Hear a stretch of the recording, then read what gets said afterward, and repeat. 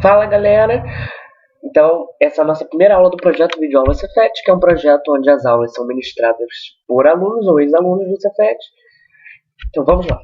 A aula de hoje é uma aula de Química, mais especificamente sobre estequiometria. Vamos lá. A definição de estequiometria, ela existe uma definição técnica, caso vocês queiram. Estequiometria é o cálculo que permite relacionar quantidades de reagentes e produtos que participam de uma reação química com o auxílio das equações químicas correspondentes. O que ele está falando é que se eu tenho X gramas de um reagente A e eu tenho Y gramas de um reagente B, eu vou gerar Z gramas do produto P. Tá? E uma forma que eu utilizei para aprender essa matéria foi procurar algo que eu pudesse associar ao cotidiano, nessa relação de quantidade. Então eu pensei, quando eu compro alguma coisa, meu reagente seria o dinheiro, meu produto literalmente seria o produto que eu estou comprando. Então, por exemplo, se eu compro uma Coca-Cola por R$7, está bem, R$7 é suficiente para comprar uma Coca-Cola. Tá bom? Se o mol seria assim, 7 gramas de dinheiro, são suficientes para comprar um mol de Coca-Cola. É para vocês tentarem, para quem tem muita dificuldade nessa matéria, tornar ela mais, presente no seu dia a dia. As aplicações da estequiometria, a estequiometria em si é um assunto estudado separadamente no início do segundo ano, mas ele torna-se presente até o resto da vida estudantil do ensino médio do aluno, porque ela aparece em soluções, aparece em termoquímica, aparece até na orgânica em alguns casos. Os conhecimentos prévios necessários. O conhecimento prévio necessário mais fundamental que você precisa ter é saber o nome dos compostos. Não de todos, claro, isso é possível, ninguém sabe, eu não sei, os professores de química não sabem. Você precisa saber pelo menos os mais comuns, como por exemplo NaOH, hidróxido de sódio, HCl, ácido clorídrico, H2SO4, ácido sulfúrico. Vamos lá. Sempre que você chegar em uma questão de estequiometria, você precisa ter uma forma de resolvê-lo. E por isso nós escrevemos aqui as regras básicas, ou seja, os passos que você precisa tomar para resolver com sucesso uma questão de estequiometria. O primeiro passo é escrever a equação química do problema. Muitas vezes ela é dada, mas tem vezes que não é. No início, no seu teste, provavelmente ela vai ser dada, mas já na prova ela não vai ser mais dada. O professor espera que você saiba botar. Segundo, balancear a equação química. Muitas vezes, a equação, quando você monta, ela não está balanceada. Então é necessário fazer o balanceamento.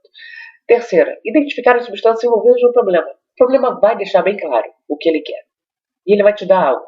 Por exemplo, ele vai te dar a massa do reagente. Qual é a forma do produto com essa massa? Então você tem que sublinhar o nome para você saber quem é o reagente, quem é o produto. Tem que grifar as quantidades. Isso é vital nesse tema. Armar pelo menos uma regra de 3 para chegar à resposta desejada. É o que todo mundo fala. Química é a regra de 3. Claro que não, mas na física ou química, sim, a regra de 3 é muito presente. Então, saber montar a regra de 3 é fundamental. O que é uma regra de 3? É saber relacionar duas funções, dois valores. Por exemplo, se eu tenho R$7, eu compro uma Coca-Cola. Se eu tiver 14, eu compro X Coca-Colas. X igual a 2. Tá? Então, vamos partir para os tipos de questões. As questões se dividem em 4 tipos. Na verdade, 6. Massa versus massa. Ou seja, tudo na questão é dado em massa. Tudo em gramas, quilogramas, do reagente, do produto, do que ele está dando, do que ele quer. Massa vezes volume, vai ver mistura. Ele vai dar uma massa, ele vai pedir volume. Ou vice-versa. Volume versus volume, tudo em volume. Sempre uma questão que tiver volume vezes só volume e volume, vai ser toda composta por gases, ou na sua grande maioria. Pelo menos o que ele pedir para você descobrir vai estar gasoso e o que ele te dar também vai estar no estado gasoso. E por esse rendimento em excesso, inicialmente eu ia fazer uma aula contendo tudo, mas ela ficou muito longa, de 28 minutos, e eu duvido que alguém, consiga assistir isso de uma vez. Então vamos dividir. A primeira aula abordará até volume vezes volume, e por esse rendimento em excesso será uma aula separada, ok? Então, primeiro caso, massa e massa. Nesse tipo de caso, tanto o reagente há dados referentes à massa de um ou mais reagentes, e o objetivo é se encontrar a massa de outro reagente ou de um produto. Tá? Então, se eu tiver reação A mais B dando CD, ele vai te dar a massa de A que ele tem e vai perguntar quanto eu vou gerar de D com essa massa. Tá? Então, a partir das massas molares, você tem uma base para montar a primeira linha da regra de 3. Você monta a segunda com os dados que ele der. Então vamos ver isso na prática. Exemplo, calcule a massa de hidróxido de sódio, lembra, sublinha os nomes dos compostos, que reage completamente com 490 gramas de ácido sulfúrico formando sulfato de sódio e água. Essa questão ele não foi muito bonzinho, porque ele te deu o que forma e te deu os reagentes todos. Ele não precisa fazer isso. Tá? E os dados estão ali, a massa molar do hidróxido de sódio, 40 gramas por mol, e a massa molar do ácido sulfúrico, 98 gramas por mol. Vamos resolver. Primeiro passo, montar a reação. Hidróxido de sódio, NaOH. Ácido sulfúrico, H2SO4. Sulfato de sódio, Na2SO4. Água, H2O. Balanceando. Eu não vou explicar o fundamento do balanceamento, porque nós faremos uma aula especificamente para isso, mas você já deve saber e ficará daquela forma ali. Se você não entender, você pode mandar um e-mail pra gente, que será dito no final da aula. Basta então montar a regra de 3, sem esquecer da proporção vista na reação balanceada. Então tá, olha a reação balanceada. 2 mols de NaOH reagem com 1 mol de H2SO4. Convertendo isso para gramas, 2 vezes 40, que é o valor de 1 mol, 40, reage com 98 gramas, que é o valor de 1 mol de H2SO4. Então, se eu tiver 490 gramas de H2SO4, quanto que eu vou precisar de NaOH? Y. Fazendo a multiplicação e a divisão, 400 gramas. Tá bom?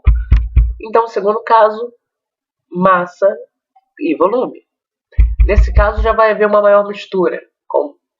Nele vai haver dados diferentes à massa de um ou mais reagentes, e o objetivo é se encontrar um volume de outro reagente ou de um produto que sempre vai estar no estado gasoso.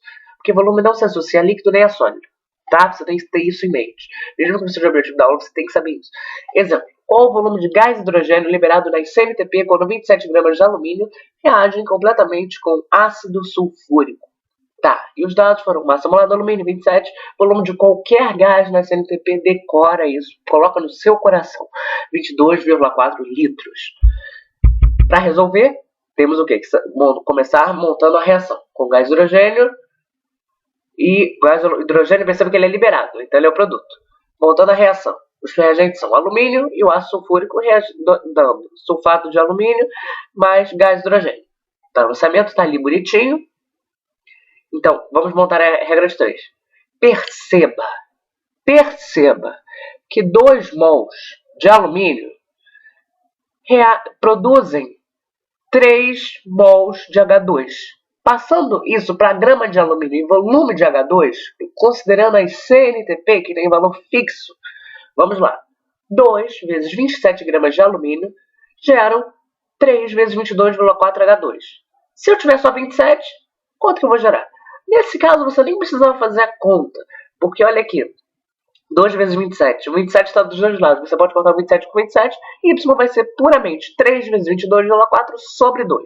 Que no caso dá 33,6.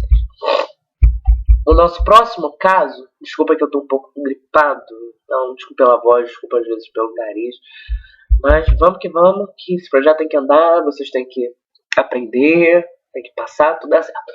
Volume. Nesse caso, a maioria ou todos os reagentes estarão no estado gasoso. Há dados referentes ao volume de um ou mais reagentes e o objetivo é se encontrar o volume de outro reagente ou de um produto. Lembrando novamente que uma questão que seja volume vai ser inteiramente gasosa. Não necessariamente a reação toda, mas os compostos envolvidos no que ele dê o volume e no que ele peça. Tá bom? Então, exemplo, 15 litros de gás hidrogênio reagem completamente com gás de nitrogênio na CNTP. Determina o volume de gás amoníaco produzido. Dados volume 1 mol de qualquer gás na CNTP vale 22,4. Não caiu na pegadinha do gás amoníaco. Gás amoníaco nada mais é do que um outro nome para a nossa famosa amiga amônia, NH3. Então vamos lá, montando a reação. Gás hidrogênio, gás de nitrogênio, amônia. Ok? Balanceando e montando a regra de 3. Vocês sempre... A estequiometria é literalmente só a regra de 3, mas você tem que saber como armar a regra de 3. Então, por exemplo, ele disse que ele tem 15 litros de H2 e ele quer saber quanto vai produzir de NH3. Só que para você saber isso, você já precisa saber quanto uma certa quantidade de H2 produz de NH3. Então, como nós fazemos isso? Olhando, 3 mols de H2 geram 2 mols de NH3. Então, traduzindo isso para volume, 3 vezes 22,4 litros de H2O produzem 2 vezes 22,4 litros de NH3. Se eu tiver só 15 litros de H2, eu vou gerar Y litros de NH3. Esse Y, fazendo as contas, dá 10 letras. Então, antes de terminar nossa aula, eu espero que isso tenha ficado bem claro para vocês como arma a regra de 3, como você olha os valores. É claro que eu não pude abordar tudo que eu queria, porque eu não quero fazer uma aula muito longa, porque isso vai ficar desinteressante. E eu queria muito retomar alguns conceitos antigos, mas isso aí ia acabar afetando o tempo também da aula. Então eu preferi fazer essa versão resumida, mas não se preocupe, porque tem uma apostila toda escrita, bonitinha, que você vai poder baixar junto com esse slide, caso você queira ver no seu computador, mostrar para um amigo. E aqui eu só listei alguns conhecimentos necessários para vocês resolver esses exemplos. Nomenclatura, massa molar, balanceamento, conhecimentos matemáticos, multiplicar e dividir, conhecimento sobre combustão e neutralização, isso aí para pureza e rendimento, porque está tudo no mesmo slide. Mas eu acabei que vou ter que dividir as aulas por causa do tempo. E a equação de Clapeyron, ela é só em casos fora do SNTP e ela dá escrita ali. PV igual a NT. Pressão vezes volume igual ao número de mols vezes constante universal dos gases vezes a temperatura em Kelvin. Não se esqueça desse detalhe. Tá bom? E, por fim, caso você ainda esteja com dúvidas, você pode contactar o projeto diretamente, mandando um e-mail para projetovidiolacefet@gmail.com. Então, muito obrigado a todos que assistiram, que se dispuseram a aprender um pouco, revisar, tá bom? E muito boa sorte nas suas provas, no que você esteja pretendendo fazer, e arrasa. Valeu!